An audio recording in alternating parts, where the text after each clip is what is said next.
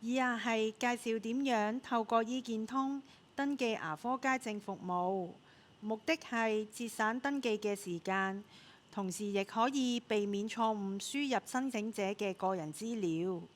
請注意，想透過醫健通登記牙科街症，申請者必須事前已經有醫健通帳戶。成功登入申請者嘅醫健通手機應用程式後，點擊預約記錄，進入下一個頁面後，點擊立即預約。下一個頁面再點擊衛生服務預約系統，你會見到衛生署不同嘅服務連結。請點擊牙科街症服務網上登記。醫健通將會提供你嘅個人資料至衛生署，以作預約用途。如允許提供上述資料，請點擊確認及繼續。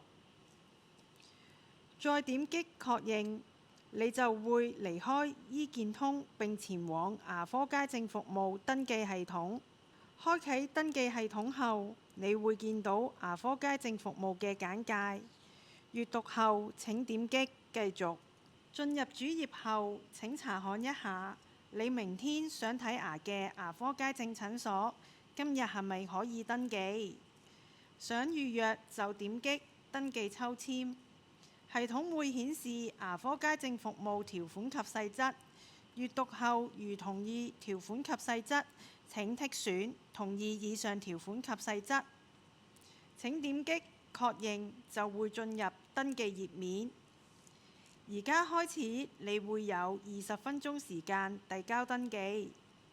經由醫健通進入系統，醫健通會提供你的個人資料，並自動填寫到登記表格上，咁樣會慳返唔少資料輸入同埋驗證時間。聯絡資料中的香港流動電話號碼係需要一個可以接收本地訊息的電話號碼。如醫健通所提供的電話號碼不適用或沒有提供，請自行輸入。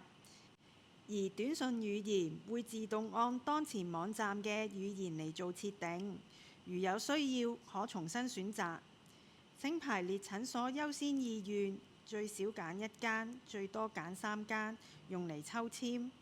如果第一優先診所經由系統抽籤後未能成功獲得預約名額，系統會以第二優先進行抽籤，如此類推。請檢查所填寫嘅資料，如正確，請剔選本人特此聲明，本人以上提供的一切資料全屬真確。再點擊繼續，跟住系統會顯示預覽視窗，請覆核個人資料同所揀選嘅診所是否正確。如正確，請點擊確認。完成登記後會顯示登記資料詳情。現在你已完成登記，請按離開，返回主頁。系統會喺登記時段結束後進行抽籤。如你成功獲分配預約名額，會收到一個預約通知短訊，或者你可以喺指定更新時間之後點擊查詢抽籤結果進行查詢。